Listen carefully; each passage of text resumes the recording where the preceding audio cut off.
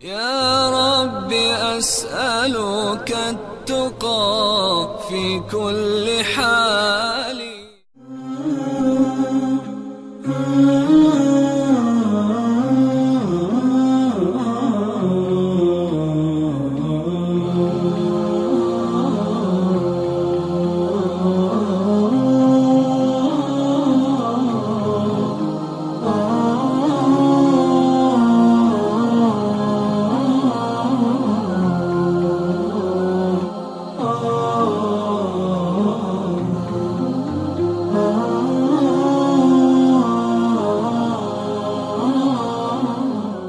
وخير الهدي هدي محمد صلى الله عليه وسلم وشر الأمور محدثاتها وكل محدثة بدعة وكل بدعة ضلالة وكل ضلالة في النار. يا أيها الذين آمنوا اتقوا الله حق تقاته ولا تموتن إلا وأنتم مسلمون.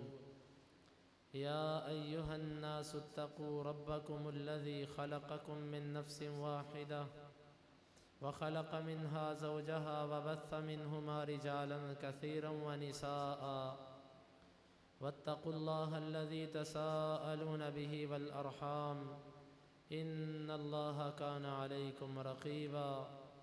يا أيها الذين آمنوا اتقوا الله وقولوا قولا سديدا يصلح لكم أعمالكم ويغفر لكم ذنوبكم ومن يطع الله ورسوله فقد فاز فوزا عظيما. قال الله تبارك وتعالى في القرآن المجيد: أعوذ بالله السميع العليم من الشيطان الرجيم من همزه ونفخه ونفثه. تلك الدار الآخرة نجعلها للذين لا يريدون علوا في الأرض ولا فسادا والعاقبة للمتقين. وقال النبي صلى الله عليه وآله وسلم: ما ذئبان جائعان أرسلا في غنم بأفسد لها من حرص المرء على المال والشرف لدينه. محترم سامعین، جس طرح کہ آپ نے سن لیا کہ میرا موضوع ہے خود نمائی اور اس کی مذمت، میں اللہ رب العزت سے یہ دعا کرتا ہوں کہ اللہ تعالیٰ مجھے کما حق ہو اس کو بیان کرنے کی اور اس کے بعد ہم سب کو اس پر عمل کی توفیق عطا فرمائے۔ یہ موضوع، اس کی اہمیت بہت زیادہ ہے۔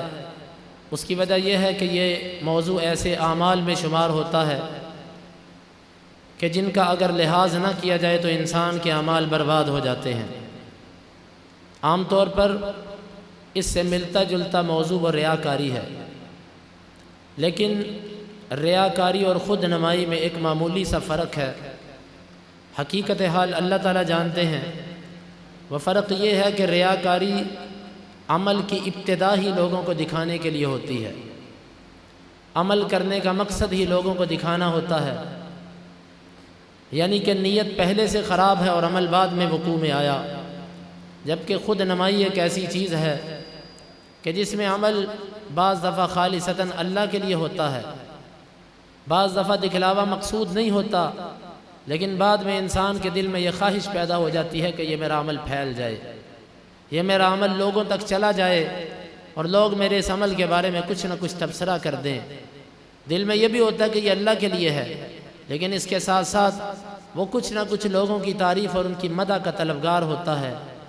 یہ کچھ خود نمائی ہے۔ جو آیت مبارکہ میں نے آپ کے سامنے تلاوت کی، اللہ رب العزت نے فرمایا کہ یہ آخرت والا گھر ہم ان لوگوں کے لیے خاص رکھتے ہیں کہ جو زمین کے اندر کسی قسم کا علو، کسی قسم کی برتری اور لوگوں پر تعلی اور اپنے نفس کو بلند کرنے کا ارادہ نہیں رکھتے، اور نہ زمین کے اندر وہ کسی قسم کا فساد چاہتے ہیں، اور بہترین انجام تقوی اختیار کرنے والوں کے لیے ہے۔ خود نمائی کس کو کہتے ہیں؟ خود نمائی یہ ہوتی ہے کہ انسان اپنے آپ کو لوگوں سے بڑا ظاہر کرنے کی کوشش کرے۔ اگر وہ طالب علم ہے تو اپنے علم کو باقی طالب علموں سے اجاگر کرنے کی کوشش کرے۔ اگر وہ عالم دین ہے تو اپنے علم کو دیگر علماء پر فوقیت دینے کی کوشش کرے، اور اگر وہ عابد ہے، عبادت گزار ہے، تو وہ اپنی عبادت کو دوسرے لوگوں کی عبادت سے زیادہ اور بہتر ثابت کرنے کی کوشش کرے، اور اگر وہ سخی ہے، اللہ کے راستے میں خرچ کرنے والا ہے، تو اپنی سخاوت کو لوگوں پر زیادہ سے زیادہ ظاہر کرنا چاہے، اور اگر وہ مصنف ہے تو اپنی تصانیف کے ذریعے لوگوں پر اپنی علمی دھاک بٹھانا چاہے۔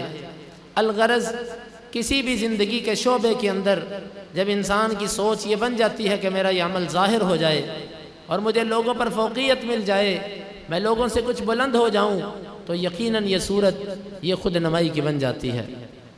نبی صلی اللہ علیہ وسلم کا فرمان جو میں نے آپ کے سامنے پیش کیا، آپ نے فرمایا کہ 2 بھیڑیے جائعان جو سخت قسم کے بھوکے ہوں، ان کو اگر بکریوں کے ریوڑ کے اندر چھوڑ دیا جائے تو بکریوں کے ریوڑ میں یہ 2 بھیڑیے اتنا نقصان نہیں کریں گے جتنا کہ نقصان وہ شخص کرتا ہے اپنے دین کا، کہ جس شخص کے دل کے اندر حرص ہوتا ہے مال کا، اور جس بندے کے دل میں حرص ہوتا ہے عہدے کا، کہ اس کو شرف مل جائے، اس کو عہدہ مل جائے، کسی نہ کسی طرح اس کا نام مشہور ہو جائے، اس کی تصاویر بازاروں پہ لٹک جائیں، لوگ اس کو جاننا شروع کر دیں، اس کے نام سے لوگ پہچانے کہ ہاں ہاں یہ فلاں شخص ہے۔ یہ شخص نبی صلی اللہ علیہ وسلم نے فرمایا کہ بھیڑیے سے زیادہ خطرناک ہے، بھیڑیے سے زیادہ فساد کرنے والا ہے۔ اور بھائیو، اس حدیث کی روشنی میں ہم اپنے آپ کو دیکھیں، یقیناً ہماری یہ کیفیت ہے، اگر کوئی عامی بندہ ہے دیہات کے اندر رہنے والا، وہ بھی یہ چاہتا ہے کہ میری شہرت ہو جائے۔ اور ابھی الیکشن ہونے والے ہیں، آپ دیکھیں گے کتنے لوگ اپنی تصاویر، اپنے فلیکس بنوا کے کسی نہ کسی سیاسی لیڈر کی ساتھ اپنی تصویر اتروا کے اس کو بازاروں پر لگوائیں گے، اور کتنے ہی لوگ، یعنی کہ یہ خود نمائی، اس کا تعلق دنیا سے بھی ہے اور دین کے ساتھ بھی ہے۔ دنیا دار آدمی دنیا کے معاملات میں اپنے آپ کو نمایاں کرنے کی کوشش کرتا ہے، اور اس کے برعکس جو دیندار آدمی ہوتا ہے وہ مسجد کے اندر، مدارس کے اندر، دینی کاموں کے اندر اپنے آپ کو ظاہر کرنے کی کوشش کرتا ہے۔ تو اس لیے یہ شخص، یہ خود نمائی کرنے والا شخص بھیڑیے سے زیادہ خطرناک ہے نبی صلی اللہ علیہ وسلم کے اس فرمان کے مطابق۔ اور اسی لیے صحابہ کرام کی زندگیوں کو اگر ہم دیکھیں تو ان کی زندگیاں ہمیں بڑی عجیب معلوم ہوتی ہیں۔ حدیث کے اندر آتا ہے سعد بن ابی وقاص رضی اللہ عنہ، یہ بڑے عظیم صحابی ہیں، ان کا بیٹا عامر بن سعد وہ اپنے باپ کی طرف جا رہا تھا، کیونکہ اس کے والد جو سعد بن ابی وقاص تھے وہ اپنی دنیا کی زندگی ترک کر کے اپنے اونٹوں اور اپنی بکریوں میں چلے جا چکے تھے، وہاں پر زندگی گزارتے تھے۔ بیٹا عامر ملنے کے لیے گیا اور جا کر کہنے لگا، پہلے تو یہ سوار ہو کر گیا تو سعد رضی اللہ عنہ نے اس کو دیکھ کے سمجھ گئے، اور دیکھتے ہی کہنے لگے، اعوذ من ھذا الراکب، اعوذ باللہ من ھذا الراکب، میں اللہ سے اس سوار کی پناہ چاہتا ہوں، یہ جس شر کے ساتھ آیا ہے میں اللہ کی پناہ چاہتا ہوں اس سے۔ جب وہ بیٹا آیا اتر کے کہنے لگا، انزلت فی ابلک وغنمک، تو لوگوں کو چھوڑ کے اپنے اونٹوں اور اپنی بکریوں میں آ چکا ہے۔ والناس یتنازعون فی الملک بینہم، اور لوگ ایک دوسرے سے حکومت چھیننے کے مسئلے میں جھگڑ رہے ہیں، اور آپ لوگوں کو چھوڑ کے چپ کر کے مخفی ہو کر سائیڈ پہ بیٹھ گئے ہو۔ سعد رضی اللہ عنہ کو غصہ آیا، فضرب علی صدرہ، اس کے سینے پر ہاتھ مارا اور اس کو کہنے لگے، اسکت، خاموش ہو جا۔ سمعت رسول اللہ صلی اللہ علیہ وسلم یقول، میں نے نبی صلی اللہ علیہ وسلم کو یہ کہتے ہوئے سنا، آپ فرما رہے تھے، ان اللہ یحب العبد التقی الخفی۔ آپ صلی اللہ علیہ وسلم نے فرمایا کہ اللہ رب العزت اس بندے سے محبت کرتا ہے، التقی، جو تقوی والا ہے، الغنی، لوگوں سے بے پرواہ ہے، الخفی، اور مخفی زندگی گزارنے والا ہے۔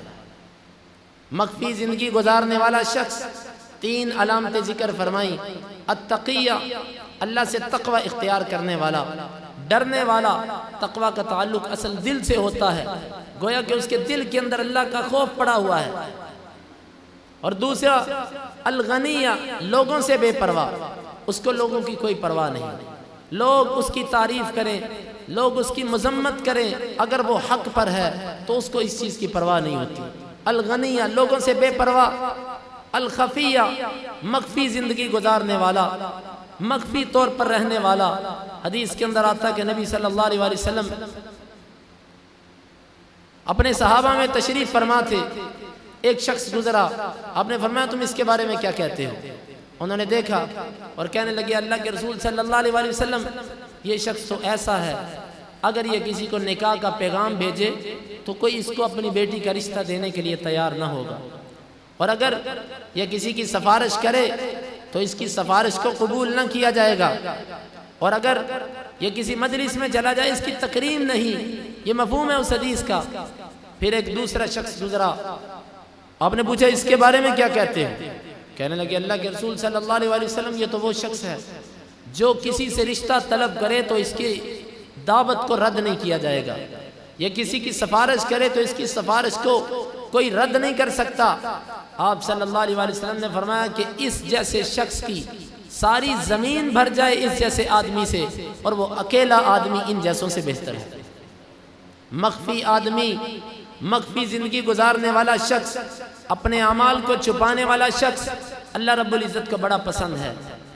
ابو ذر غفاری رضی اللہ عنہ اور اسی طرح ابو درداء رضی اللہ عنہ، یہ وہ عظیم لوگ تھے جو صحابہ کی محفلوں اور ان کی مجلسوں کو چھوڑ کے تنہائی میں اس لیے چلے گئے تھے کہ ہمارے عمل کو کوئی دیکھ نہ سکے، ہم مخفی طور پر اپنی زندگی گزاریں تاکہ ہمارا معاملہ صرف اور صرف ہمارے رب کے ساتھ ہو۔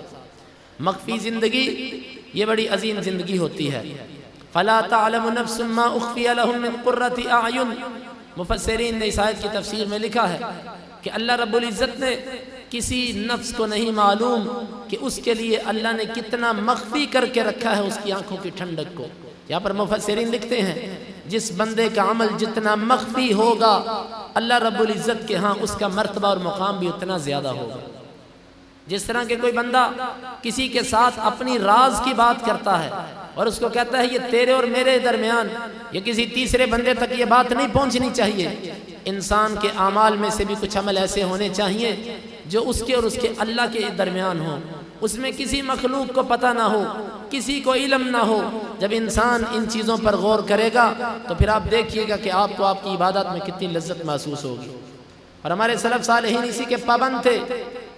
جس طرح کے بعض اسلاف کے بارے میں نے پڑھا کہ وہ قرآن مجید کی تلاوت کرتے ہوتے، تلاوت کرتے کرتے اچانک باہر سے کوئی بندہ آ جاتا تو وہ جلدی سے اپنے رومال اور اپنے کپڑے کو قرآن مجید کے مصحف کے اوپر ڈال دیتے اور ساتھ اپنی تلاوت کو چھپانے کی کوشش کرتے کہ کہیں اس کو میری تلاوت کا پتہ نہ چل جائے۔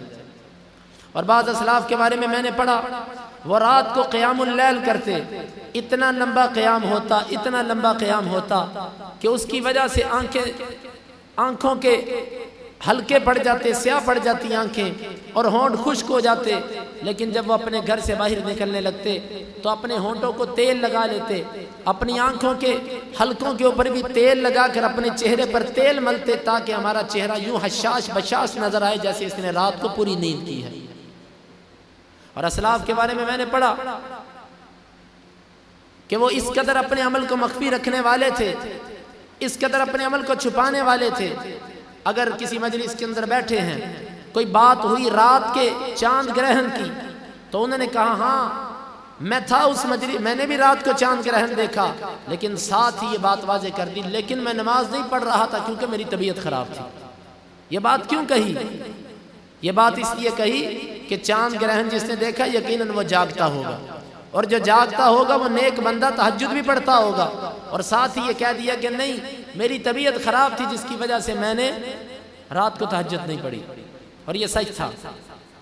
کتنے ایسے واقعات ہمیں اسلاف کی زندگیوں میں ملتے ہیں کہ وہ اپنے عمل کو چھپانے والے، اس کو مخفی رکھنے والے، اس کو ظاہر نہ کرنے والے تھے، لیکن ہمارا معاملہ اس کے برعکس ہے۔ ہم اپنے چھوٹے سے چھوٹے عمل کو ظاہر کرنے کی کوشش کرتے ہیں، اپنی چھوٹی سے چھوٹی نیکی کو لوگوں کے سامنے لانے کی کوشش کرتے ہیں، وہ ہماری نیکی معمولی ہی کیوں نہ ہو ہم اس کو کسی نہ کسی طریقے سے ظاہر کرنے کی کوشش کرتے ہیں۔ بھائیو یہ خود نمائی ہے جو انسان کے دل کو برباد اور ہلاک کر دیتی ہے۔ نبی صلی اللہ علیہ وسلم کا ایک اور فرمان سنیے، آپ صلی اللہ علیہ وسلم نے فرمایا، سنن ابن ماجہ کی روایت اور شیخ البانی رحمہ اللہ نے اس روایت کو حسن قرار دیا ہے۔ نبی صلی اللہ علیہ وسلم نے فرمایا لا تعلموا العلم، تم علم کو حاصل نہ کرو لتباہوا بہ العلماء، تاکہ تم اس کے ساتھ علماء پر فخر نہ کرو، علماء کے ساتھ تم برابر کی جوڑ نہ بننے کی کوشش کرو، ولا لتماروا بہ السفہاء، اور نہ علم اس لیے سیکھو کہ تم کم عقل لوگوں کے ساتھ اس پر جھگڑا کرو گے۔ اور آپ نے فرمایا ولا تخیروا بہ المجالس، اور نہ اس لیے علم سیکھو کہ مجلسوں میں آپ کو عزت دی جائے، اس علم کی وجہ سے آپ کو مجالس میں پسند کیا جائے۔ فمن فعل ذلك فالنار النار، آپ نے فرمایا جس بندے نے یہ کام کیے اس کے لیے آگ ہے، آگ ہے۔ کتنی باتیں؟ 3 باتیں۔ علم کو اس لیے حاصل نہ کرو کہ میرا شمار علماء میں ہونا شروع ہو جائے اور میں کتابیں لکھ کے، تصانیف کر کے، بیانات کر کے علماء کے موقفوں پر اپنی رائے قائم کروں، ان کے اوپر رد کروں اور ان کے موقف کو نیچے کرنے کی کوشش کروں۔ جو اس کام کے لیے علم حاصل کرتا ہے، نبی صلی اللہ علیہ وسلم نے فرمایا اس بندے کے لیے آگ ہے، آگ ہے۔ اور پھر فرمایا کہ اس لیے علم نہ حاصل کرو کہ تم کم عقل لوگوں سے بحثیں کرو گے، ان کے منہ بند کر دو۔ بعض لوگ اس لیے علم حاصل کرتے ہیں کہ میں فریق مخالف کو خاموش کروا دوں، اس کو بند کر دوں۔ امام شافعی رحمہ اللہ کے بارے میں آتا ہے اور فرماتے ہیں کہ میں نے جس بندے سے بھی اپنی زندگی میں مناظرہ کیا ہے، جس بندے سے بھی اپنی زندگی میں گفتگو کی ہے، میں نے اس غرض سے کی ہے کہ اللہ تعالیٰ حق کو واضح کر دے اور جو غلطی ہے اللہ تعالیٰ اس کو بھی ظاہر کر دے۔ میں نے کبھی بھی اس مقصد کے لیے کسی سے مناظرہ نہیں کیا کہ میں اپنے نفس کو اونچا کر لوں۔ لیکن آج کیا ہے؟ آج علماء تو علماء، عوام الناس بھی ایک دوسرے پر اپنے آپ کو بلند کرنے کی کوشش کرتی ہے۔ اور اسی طرح آپ نے فرمایا کہ علم اس لیے حاصل نہ کرو کہ مجالس کے اندر تمہیں مختار سمجھا جائے، تمہیں عزتیں دی جائیں۔ بہت سارے بچے، بہت سارے لوگ ایسے ہوتے ہیں جو علماء کو جب عزت دیکھتے ہیں، علماء کی مجالس کے اندر ان کو عزت مل رہی ہے تو وہ اسی عزت کی خاطر، وہ اسی عہدے کی خاطر، وہ اسی شرف کی خاطر اپنے بچوں کو علم کے لیے وقف کرتے ہیں کہ ہمارا بیٹا بھی عالم بنے، اس کے اشتہارات چھپے، اس کا نام پھیل جائے، یہ جس مجلس کے اندر جائے آگے پیچھے اس کے لوگ چلیں۔ لیکن بھائیو، ایسا علم جو حاصل کیا جاتا ہے مجالس میں عزت پانے کے لیے، یہ مجلس بھی، یہ علم بھی انسان کے جہنم میں جانے کا باعث ہے، جہنم میں جانے کا باعث۔ اور نبی صلی اللہ علیہ وسلم کا ایک اور فرمان، بلکہ اسی سے متعلقہ سلف کے کچھ واقعات، ابن الجوزی رحمہ اللہ نے عبد الرحمن بن ابی یعلا اس کے بارے میں ذکر کیا کہ وہ کہتے ہیں کہ میں نے 70 کے قریب نبی صلی اللہ علیہ وسلم کے شاگرد صحابہ کو دیکھا، ان میں سے پہلے سے سوال ہوا، اس نے کہا مجھے نہیں پتا، سوال دوسرے کے پاس گیا، تیسرے کے پاس گیا، وہ کہتے ہیں کہ 70 بندوں سے گزر کے سوال پھر پہلے شخص کے پاس آ گیا، کسی نے اس کا جواب نہیں دیا۔ یہ مطلب نہیں تھا کہ وہ جان بوجھ کر جواب نہیں دیتے تھے، مگر ان کی زندگیوں کے اندر تکلف نہیں تھا، وہ ایسا کرنا پسند نہیں کرتے تھے۔ جس چیز کے بارے میں صحیح طرح علم نہیں، اس کا جواب دینے کی وہ کوشش نہیں کرتے تھے۔ لیکن ہمارے ہاں معاملہ تو الٹ ہے، جو جتنا چھوٹا طالب علم ہے اس کے اندر جرأت اتنی زیادہ ہے۔ چلو طالب علم تو طالب علم، لیکن ہمارا معاملہ یہاں تک ہے کہ عوام الناس سے مسئلہ پوچھا جائے، وہ مسئلہ اپنے علماء تک نہیں جانے دیتے۔ خاص طور پر ہمارے وہ لوگ جن کو اللہ نے توحید کی سمجھ دی ہوئی ہے، وہ اپنے علماء تک مسئلہ پہنچنے نہیں دیتے، اس سے پہلے اس کا جواب دے کے معاملے کو ختم کر دیتے ہیں۔ بلکہ یہ تو یہاں تک، اس سے بڑھ کر بھی کچھ ماجرا ہے۔ کچھ لوگ ان کے پاس علم نہیں ہوتا، لیکن وہ اہل علم پر رد کرنا اور ان کے اوپر نقد کرنا، ان پر تنقید کرنا، یہ اپنے لیے باعث فخر سمجھتے ہیں۔ بھائیو، ان حدیث پر غور کیجئے، یہ حدیث واللہ ہمارے اعمال کو، اگر ان پر عمل نہ کیا گیا تو ہمارے اعمال کو برباد کر دیا جائے گا۔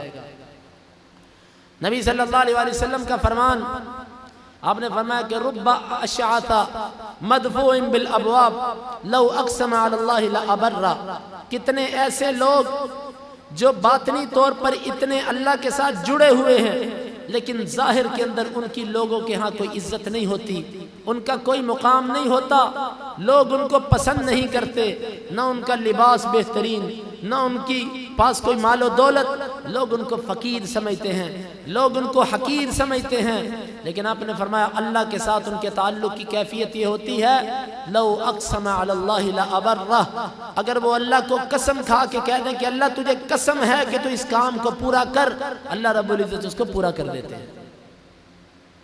اس لیے بھائیو اپنے عمل کو مخفی کرنے کی کوشش کریں، اپنی نیکی کو چھپانے کی کوشش کریں۔ بعض لوگوں کا مزاج ایسا ہوتا ہے، قرآن مجید ختم کیا، مسجد میں علی الاعلان اس کا اعلان ہو گیا، اشتہارات چھپ گئے، ختم قرآن کی دعائیں شروع ہو گئیں۔ سلف صالحین کو دیکھو وہ کس قدر قرآن مجید کو پڑھا کرتے تھے۔ بلکہ میں یہ بات کہتا ہوں اگر یہ درست ہے تو اللہ کی طرف سے، خطا ہے تو میرے اور شیطان کی طرف سے، کہ نبی صلی اللہ علیہ وسلم سے دن کے وقت قرآن کی تلاوت نہیں ملتی۔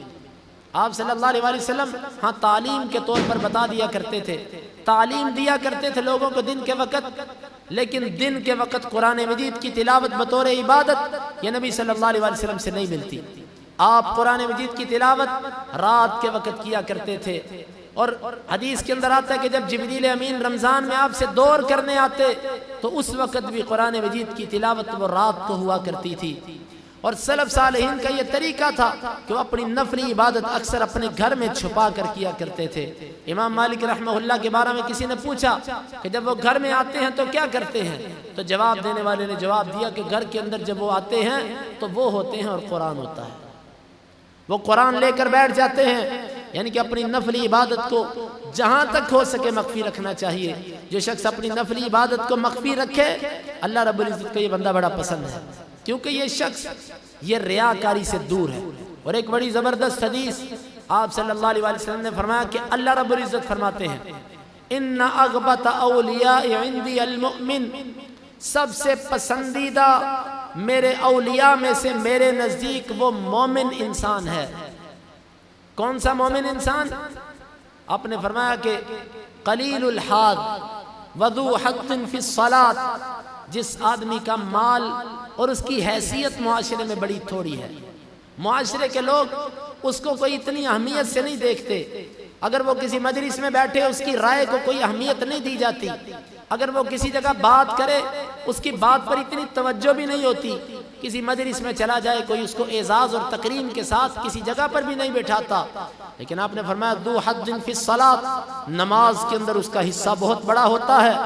جب وہ نماز پڑھتا ہے تو اللہ کے ساتھ باتوں میں مستغرق ہو جاتا ہے، جب وہ رکوع کرتا ہے تو اللہ کے ساتھ لمبے لمبے رکوع کر کے باتیں کرتا ہے، سجدے میں چلا جاتا ہے تو لمبے لمبے سجود کر کے اپنے مالک کے ساتھ سرگوشیاں کرتا ہے۔ ذو حظ فی الصلاۃ، نماز کے اندر اس کا بڑا لمبا حصہ ہوتا ہے۔ کثرت نوافل اور لمبی لمبی نمازیں پڑھنا تنہائی کے اندر اس کا یہ عمل ہوتا ہے۔ اور آپ صلی اللہ علیہ وسلم نے فرمایا احسن عبادت ربی، اور اللہ کی عبادت بھی بڑے اچھے طریقے سے کرتا ہے۔ نبی صلی اللہ علیہ وسلم نبی ہونے کے بعد آپ ہر نماز کے بعد یہ دعا کیا کرتے تھے رب اعنی علی ذکرک و شکرک و حسن عبادتک، اے میرے اللہ بہترین ذکر کرنے پر اور اچھی عبادت کرنے پر تو میری مدد فرما۔ آپ نے فرمایا کہ بڑی اچھی عبادت کرنے والا ہے، اور آپ نے فرمایا کہ تنہائی کے اندر اپنے رب کی اطاعت کرنے والا ہے۔ وَأَطَاعَ رَبَّهُ فِي السِّرِّ، تنہائی کے اندر اپنے رب کی اس نے اطاعت کی۔ اس کی وجہ یہ ہے کہ ہمارے ہاں تضاد ہے، تضاد۔ تنہائی کے اندر جب نماز پڑھتے ہیں تو 2 منٹ کی، اور جب مصلی پر کھڑے ہو کر جماعت کرواتے ہیں تو 15 منٹ کی۔ لوگ ہمیں دیکھتے ہوں تو نفل پڑھے جاتے ہیں 5 منٹ میں، کوئی نہ دیکھتا ہو تو پڑھا جاتا ہے 1 یا 1.5 منٹ کے اندر۔ میرے بھائیوں جب یہ خلوت اور جلوت کا تضاد ختم ہو گیا، جس وقت لوگوں کے سامنے اور تنہائی کا عمل کا جو فرق ہے جب یہ مٹ گیا تو سمجھیے کہ یہ علامت ہے کہ اللہ تعالیٰ نے ہمارے دل سے خود نمائی کو ختم کر دیا ہے، اللہ تعالیٰ نے اس بیج کو کاٹ کے رکھ دیا ہے۔ اس لیے سب سے پہلے انسان اپنے ظاہر اور اپنے باطن کے تضاد کو ختم کرے۔ لوگوں کے سامنے نماز پڑھو، عبادت کرو تو اللہ کے لیے، تنہائی کے اندر کرو تو وہ بھی اللہ کے لیے۔ اور آپ نے فرمایا کہ اس نے تنہائی کے اندر اپنے رب کی اطاعت کی، اللہ رب العزت کی اس نے ہر حکم کو مانا۔ اور آپ نے فرمایا کہ وَكَانَ غَامِزًا فِي النَّاسِ لَا يُشَارُ إِلَيْهِ بِالْأَصَابِ، اس لفظ پہ ذرا غور کیجئے گا، لوگوں کے اندر بڑا چھپا ہوا بندہ تھا، کوئی معروف نہیں تھا، کوئی اس کی شہرت نہیں تھی، کوئی اس کے اشتہارات نہیں چھپتے تھے، کوئی اس کو یوں دعوتیں نہیں دی جاتی تھی۔ وَكَانَ غَامِضًا فِي النَّاسِ، لوگوں میں بڑا چھپ کر زندگی گزارنے کا والا تھا۔ لا يُشَارُ إِلَيْهِ بِالْأَصَابِعِ، کوئی انگلی سے ایسے اس کی طرف اشارہ نہیں کرتا تھا، یہ فلاں شخص جا رہا ہے، یہ فلاں شخص جا رہا ہے، اس کو جانتا ہی کوئی نہیں، اتنا مخفی انسان تھا۔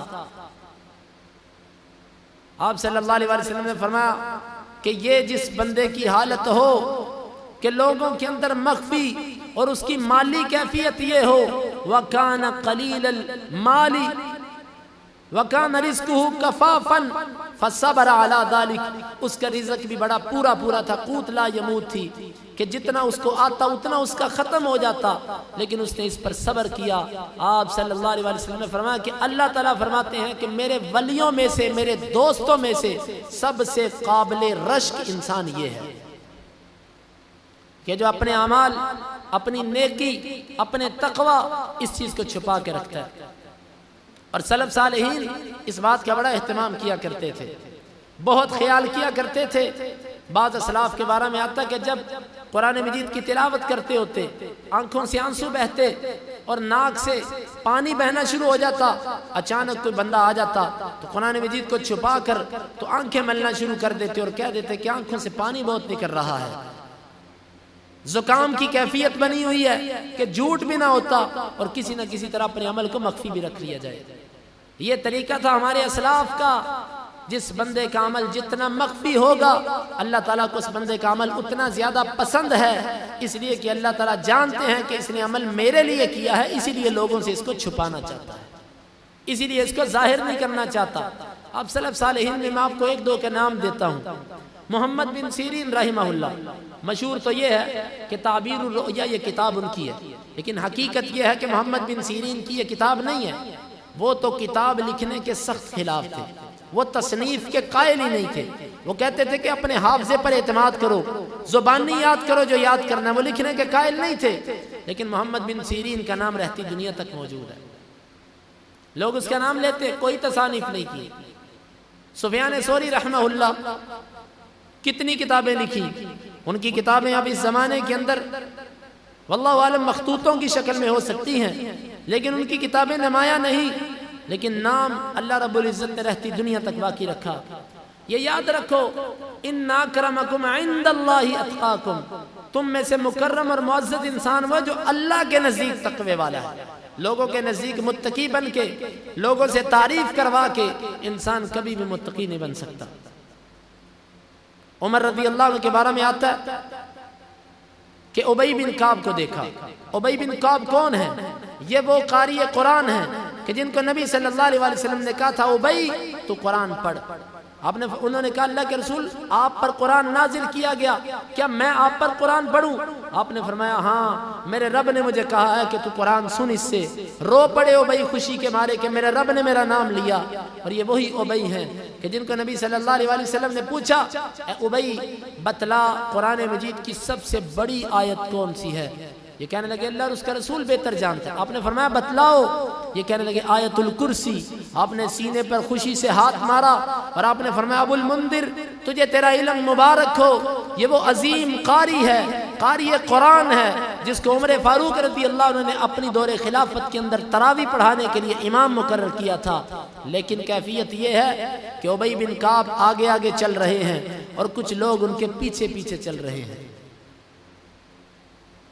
قاری صاحب آگے ہیں، عالم دین آگے ہے، لوگ احترام کے مارے پیچھے پیچھے چل رہے ہیں۔ عمر فاروق رضی اللہ عنہ نے ہاتھ کے اندر درہ پکڑا ہوا تھا، کوڑا پکڑا ہوا تھا، آ کر ابی بن کعب کو مارا۔ انہوں نے اپنے ہاتھوں کے ساتھ دفاع کیا اور کہنے لگے امیر المومنین کیا ہوا؟ فرمانے لگے کہ تجھے نہیں پتا کہ تو آگے آگے چل رہا ہے، یہ ان لوگوں کا تیرے پیچھے چلنا کتنا فتنے کا باعث ہے، اور یہ جو لوگ تیرے پیچھے چل رہے ہیں یہ ان کے لیے کتنا ذلت کا مقام ہے۔ تجھے اتنا نہیں پتا؟ آپ اندازہ لگائیے کہ ہمارے ہاں تو یہ مسئلہ کچھ بھی نہیں، آگے چلنے والے کو اس کا احساس بھی نہیں، اور نہ ابی بن کعب کے دل میں یہ بات تھی۔ لیکن عمر فاروق رضی اللہ عنہ نے ان کا نمایاں طور پر چلنا، لوگوں کے آگے آگے ان کا قدم اٹھانا، اس چیز کو ناپسند کیا اور درہ لے کر ان کو مارنے پر تل گئے۔ نہ یہ دیکھا کہ یہ قاری قرآن ہے، لوگوں کا امام ہے، اس کو درہ پکڑ کے مارنا شروع کر دیا۔ علی رضی اللہ عنہ کے بارے میں آتا ہے، یہ دارمی کی روایت ہے، سنن دارمی، وہ لوگوں کو کہا کرتے تھے انی خفق نعالکم، یہ جوتیوں کی آہٹ جو ہے یہ میرے سے دور کرو، میرے پیچھے جو تم لے لے کے جوتے چلتے ہو یہ ختم کرو، میرے پیچھے یوں نہ آیا کرو۔ کس لیے؟ کہ وہ اس چیز کو بہتر سمجھتے تھے کہ یہ ہمارے نفسوں سے یہ دور ہو جائے۔ عبداللہ بن عمر رضی اللہ عنہ کو ایک بندے نے کہا، اے عبداللہ بن عمر، لا یزال الناس بخیر ما ابقاک اللہ فیہم، لوگ ہمیشہ خیر سے رہیں گے جب تک اللہ تعالیٰ آپ کو لوگوں میں باقی رکھے گا۔ عبداللہ بن عمر رضی اللہ عنہ کو غصہ آیا اس بات پہ، کہنے لگے کہ تو مجھے عراقی معلوم ہوتا ہے، عراقیوں کی یہ عادت ہے کہ وہ علماء کو ان کے مقام سے بڑھاتے ہیں، ان کی مدح سرائی ان کے منہ پر کرتے ہیں، یہ عراقیوں کی عادت ہے۔ اندازہ کیجئے کہ وہ اپنی تعریف اپنے منہ پر سننا ناپسند کرتے تھے کہ کہیں ہمارے نفس کے اندر عجب نہ پیدا ہو جائے۔ بھائیو، یہ ہے خود نمائی، اور اس کے بارے میں حدیث اور اس کے بارے میں جو مذمت آئی وہ میں نے چند حدیث آپ کے سامنے رکھی۔ اب آئیے، آیا کہ اس عجب اور خود نمائی کو ختم کیسے کیا جا سکتا ہے، اور سلف صالحین کے اس کے بارے میں کیا طریقے تھے، وہ کیسے اپنے آپ کو مخفی رکھنے کی کوشش کرتے تھے۔ آئیے ان طریقوں پر بھی تھوڑا سا غور کر لیجئے۔ سب سے پہلے یہ بات اپنے ذہن میں بٹھا لو کہ لوگ اگر آپ کی تعریف کریں تو وہ تعریف نہیں ہے۔ کیوں؟ تعریف وہ ہوتی ہے کہ جو کسی کی کمال خوبی پر کی جائے، تو لوگ آپ کے ظاہر کو دیکھتے ہیں، آپ کے باطن کو نہیں دیکھتے۔ آپ میرے ظاہر کو دیکھ رہے ہیں، میرے باطن کا آپ کو نہیں پتا کہ میں کیا ہوں۔ آپ میرے ظاہر کو دیکھ کر تعریف کریں گے، یہ ناقص تعریف ہوگی۔ اصل تعریف وہ ہے کہ وہ کرے جو دل کو جانتا ہو، اور تعریف وہ ہے جو اللہ رب العزت کرے۔ اللہ کی طرف سے جو تعریف آئے وہ اصل تعریف ہوتی ہے۔ لوگوں کی تعریف پر کبھی خوش نہ ہو، کبھی ان کی تعریف کو اپنے لیے سعادت کا سبب مت سمجھو، کیونکہ لوگوں کے اندر افراط و تفریط ہے۔ جس کے بارے میں چاہا غلو کر دیا، جس کے بارے میں چاہا تفریط سے کام لے لیا، اس کی شان کو نیچے کر دیا۔ لوگوں کا معاملہ ایسا ہی ہوتا ہے، جس کو چاہیں بڑھا چڑھا کر بیان کر دیں، جس کو چاہیں کم کر دیں۔ لوگوں کی تعریف پر کبھی بھی انسان کو خوش نہیں ہونا چاہیے۔ جب یہ بات ذہن میں بیٹھ جائے گی، اور اسی طرح لوگوں کی مذمت، ہم بہت ساری نیکیاں اس لیے نہیں کرتے، بہت سارے لوگ شلوار اس لیے اوپر نہیں کرتے کہ لوگ کیا کہیں گے، بہت ساری بہنیں شاید اس لیے پردہ نہ کرتی ہوں کہ لوگ کہیں گے کہ یہ تو بوڑھی مائی ہے، ابھی تو بچی ہوں، ابھی تو جوان ہوں، تو میں ابھی پردہ کیسے کر لوں۔ بہت ساری نیکیاں جو ہم نے لوگوں کی مذمت کے ڈر سے چھوڑی ہوئی ہیں کہ لوگ ہمیں اس کے بارے میں کیا کہیں گے، لوگوں کو کیا جواب دیں گے۔ شادی کے موقع پر بہت ساری رسومات جو اچھے بھلے دین کو سمجھنے والے لوگ بھی کرتے ہیں، اور بھائی یہ کیوں کیا کہ جناب برادری کے اندر ناک کٹتی ہے، برادری کو بھی منہ دکھانا ہے۔ غمی کے اوپر بہت ساری بدعات جو ہم کرتے ہیں اس لیے کہ برادری ناراض ہو جائے گی۔ دیکھو، لوگوں کی نہ مدح کی پرواہ کیجئے اور نہ لوگوں کی مذمت کی پرواہ کیجئے، کیونکہ ان کی مدح اور ان کی مذمت دونوں ناقص ہوتی ہیں، دونوں ہی ناقص ہوتی ہیں۔ جب یہ بات ذہن میں بیٹھ جائے گی، پھر انسان اپنے نفس کو خود نمائی سے بچانا اس کے لیے آسان ہو جائے گا۔ اور ایک اور امام ابن الجوزی رحمہ اللہ نے منہاج القاصدین کے اندر اس کی ایک بڑی اچھی مثال بیان فرمائی۔ وہ کہتے ہیں خود نمائی کو ختم کرنے کا طریقہ یہ ہے کہ جیسے دل کے اندر یہ بیماری پیدا ہو، اس کو وہیں سے اکھاڑ کے پھینک دیں۔ وہ کہتے ہیں خود نمائی کی مثال اس درخت کی ہے کہ جو درخت اس کو پانی ملتا رہا، وہ پھلتا پھولتا رہا، اس کی شاخیں بڑھتی رہیں، حتیٰ کہ اس کی ٹہنیاں اتنی پھیل گئیں، اس کا تنا اتنا موٹا ہو گیا، اب اس کے اوپر پرندے آ کر بیٹھتے ہیں۔ اور درخت کے نیچے ایک شخص ہے جو پرندوں کے شور سے تنگ آ چکا ہے، وہ بار بار پرندوں کو اڑاتا ہے، پرندے پھر آ کر بیٹھ جاتے ہیں، وہ پھر اڑاتا ہے، وہ پھر آ کر بیٹھ جاتے ہیں، وہ پھر اڑاتا ہے، پھر آ کر بیٹھ جاتے ہیں۔ تو لوگ اس کو کہتے ہیں کہ اگر تو اس سے راحت چاہتا ہے تو اس درخت کو کاٹ دے کہ نہ رہے بانس اور نہ بجے بانسری، نہ درخت رہے اور نہ اس پر پرندے آ کر بیٹھے۔ لیکن وہ شخص اگر اس تناور درخت کو کاٹے جس کا تنا اتنا موٹا ہو چکا ہے، آپ خود سوچئے اس کو اتنا موٹا تنا کاٹنے کے لیے کتنی محنت کرنی پڑے گی۔ کتنی مشقت کرنی پڑے گی. اسی لیے میں نے بعض اہل علم کو یہ کہتے ہوئے سنا، وہ یہ فرما رہے تھے کہ یہ اخلاص پیدا کرنے کے لیے انسان کے یہ بال سفید ہو جاتے ہیں. اخلاص پیدا کرنا، خود نمائی سے اپنے آپ کو بچانے میں کامیابی حاصل کرنے کی کوشش کرنا، یہ ایک مشکل ترین مرحلہ ہے، لیکن اللہ رب العزت اس بندے کے لیے آسان کر دیتے ہیں جو بندہ اس کا ارادہ کر لیتا ہے. تو اس درخت کو کاٹنا کتنا مشکل، اور اس کے برعکس اگر ایک تنا آج اس کی کومپل نکلی، بیج بویا چند دنوں بعد اس کی کومپل نکلی، آپ 2 انگلیوں کے ساتھ ایسے اس کو پکڑ کے زمین سے باہر نکال کے پھینک سکتے ہیں. خود نمائی کا پودا اگر تو پودا ہے تو کوشش کیجئے اس کو کاٹ کر پھینکیے. آپ سیاستدان ہیں، آپ تاجر ہیں، تاجروں کو بھی آج کل صدر، مارکیٹ کا صدر بننے کا شوق ہوتا ہے، مارکیٹ کے اندر اپنی ایک حیثیت بنانے کا شوق ہوتا ہے. اور اسی طرح علماء، قراء، حفاظ، طلباء کرام، ان کا معاملہ بھی بڑا حساس ہے. اللہ رب العزت ہم سب کی حفاظت فرمائے. اور اسی طرح عامی لوگ، بعض لوگوں کو یہ عادت ہوتی ہے کہ وہ اپنی نیکیاں ظاہر کرتے ہیں. اتنے سالوں سے کبھی میری اذان نہیں چھوٹی، اتنے سالوں سے کبھی میری تہجد نہیں چھوٹی، اتنے سال ہو چکے میں بعد جماعت نماز پڑھتا ہوں، اتنے سال ہو گئے تکبیر میں کہتا ہوں. بھائیو، اپنی باتیں اپنے منہ سے کرنا، اپنے منہ سے اپنی تعریف کرنا، واللہ یہ انسان کو تباہ و برباد کر دینے والی عادتیں ہیں. اپنے اعمال کو مخفی کرنے کی کوشش کریں. اس خود نمائی کے جو بیج ہے، اگر تو یہ چھوٹا سا پودا ہے، اس کو ابھی سے اکھاڑ پھینکیے. اگر یہ درخت بن چکا ہے تو اس کو مزید خوراک دینا بند کر دیجئے اور اللہ تعالیٰ سے مدد مانگ کے اس کو کاٹنے کی کوشش شروع کیجئے. اس کو کیسے کاٹا جا سکتا ہے؟ پہلا طریقہ کہ انسان یہ نیت کرے، یہ ارادہ کرے کہ میں اس کو ختم کر کے رہوں گا، میں اپنے عمل کو ظاہر نہیں کروں گا. میں نے جس اللہ کے لیے کیا اس نے دیکھ لیا.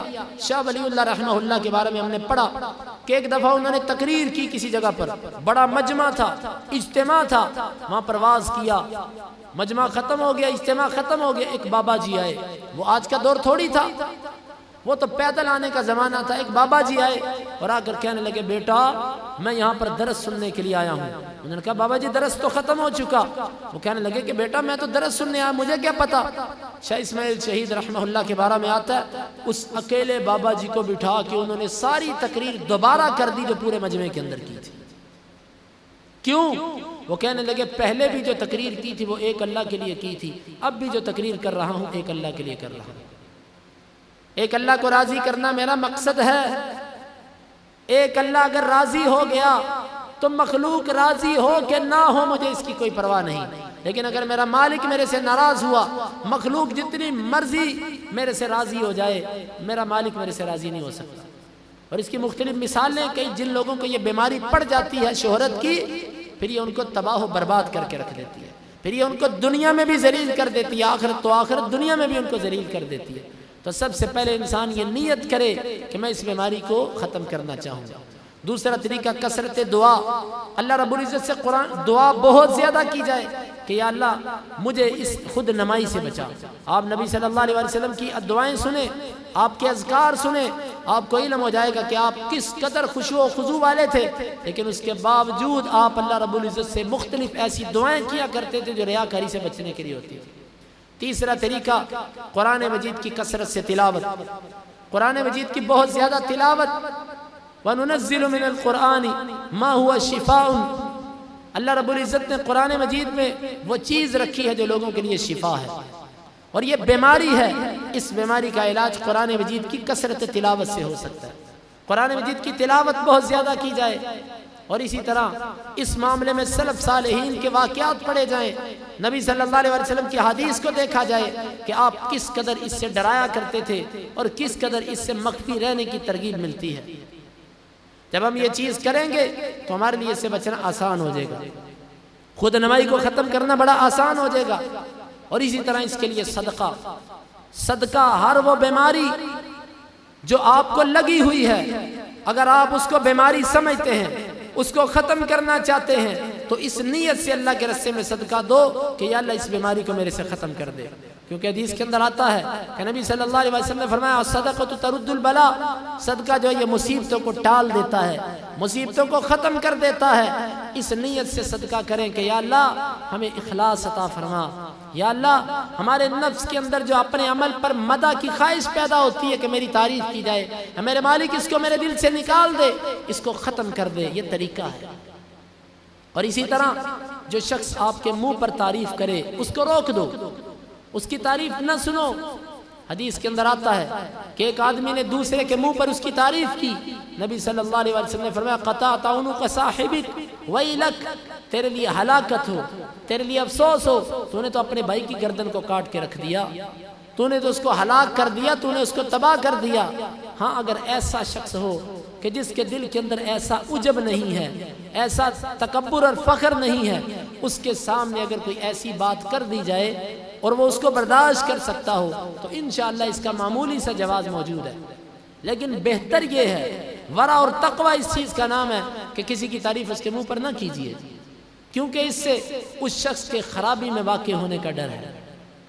امام عبد الغنی المقدسی رحمہ اللہ کو دیکھیے، اتنے بڑے امام، کتنی تصانیف ان کی، بہت بڑے امام تھے یہ، ان کی زندگی بھی ایک مستقل باب ہے۔ جب حدیث پڑھاتے تو اوپر سے دیکھ کے کتاب کھول کے پڑھایا کرتے تھے۔ اتنے بڑے محدث، کسی نے کہا کہ آپ کو کیا مسئلہ ہے، آپ اپنے حفظ کے ساتھ زبانی حدیثیں کیوں نہیں بیان کرتے کہ جس طرح کے بہت سارے علماء زبانی بیان کرتے ہیں؟ تو وہ کہنے لگے کہ میں اپنے نفس پر عجب سے ڈرتا ہوں، میں اپنے نفس پر اس بات سے ڈرتا ہوں کہ میرا نفس کبھی عجب کے اندر نہ واقع ہو جائے، اس کو اپنا نفس اچھا نہ لگنے لگے۔ اور اسی طرح سلف صالحین وہ یہاں تک کہا کرتے تھے، ان کا طریقہ یہ ہوتا تھا اگر وہ بات کرتے کرتے ان کو اپنی بات اچھی لگتی تو وہ خاموش ہو جاتے، اور اگر ان کو اپنی بات ان کو یوں لگتا کہ میرا یہاں پر خاموش رہنا بہتر ہے، وہ وہاں پر بول پڑتے تاکہ میرے دل کے اندر عجب نہ آئے۔ وہ ایک محدث کا واقعہ حدیث بیان کرنے کے لیے مجلس میں آئے اور کہنے لگے، حدیث بیان کرنا شروع کرنے سے پہلے کہنے لگے لا لا نہیں نہیں، پھر تھوڑی دیر بعد شروع کرنے لگے، پھر کہنے لگے لا لا نہیں نہیں، پھر تھوڑی دیر بعد حدیث بیان کرنے لگے، پھر کہنے لگے لا لا نہیں نہیں، پھر حدیث بیان کی۔ شاگردوں نے پوچھا کہ استاد محترم معاملہ برعکس تھا آج؟ کہنے لگے حدیث بیان کرنے لگا، دل میں عجب آیا، دل کے اندر خواہش پیدا ہوئی کہ میں حدیث بیان کر رہا ہوں، یہ اتنے لوگ میرے سامنے بیٹھے ہیں، یہ اتنے شاگرد میرے سامنے ہیں، تو میں نے جلدی سے اس کی نفی کی، نہیں نہیں ابھی نہیں بیان کروں گا۔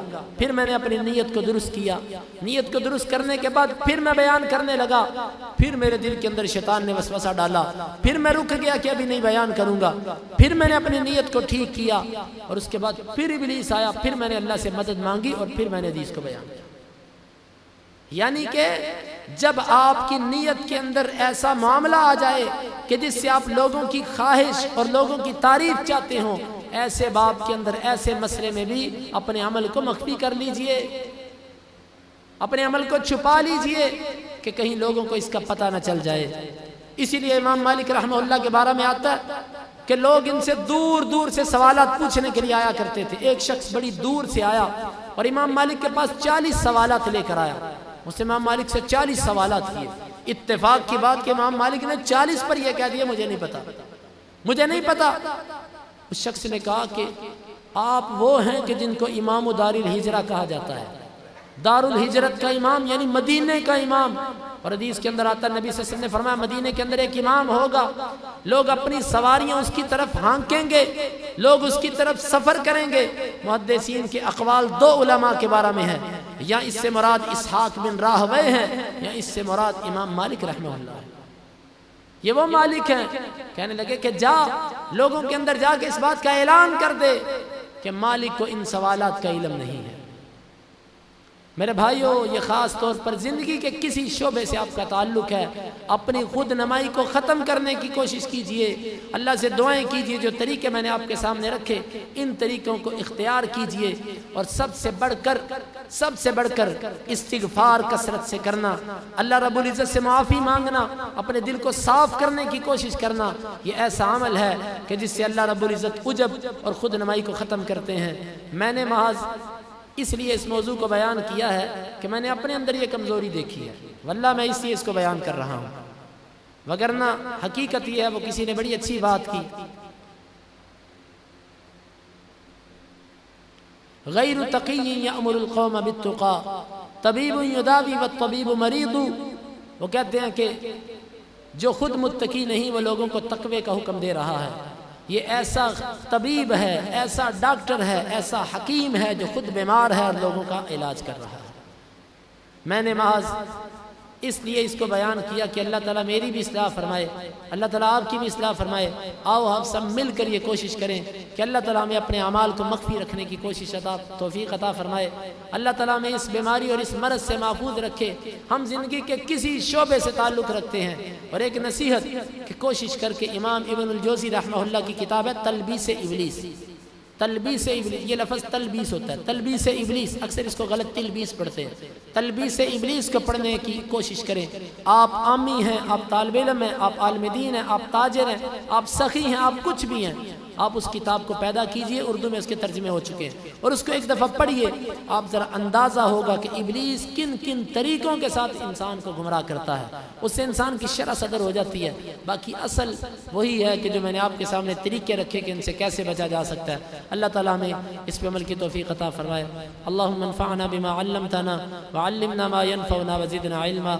اللہم اقسم لنا من خشیتک ما يحول بیننا وبین معاصیک، ومن طاعتك ما تبلغنا به جنتك، ومن اليقين ما تهون به علينا مصائب الدنيا، متعنا اللهم بأسماعنا وأبصارنا وقوتنا أبدا ما أحييتنا، واجعله الوارث منا، واجعل ثأرنا على من ظلمنا، ولا تجعل مصيبتنا في ديننا، ولا تجعل الدنيا أكبر همنا ولا مبلغ علمنا، ولا تسلط علينا من لا يرحمنا، وآخر دعوانا أن الحمد لله۔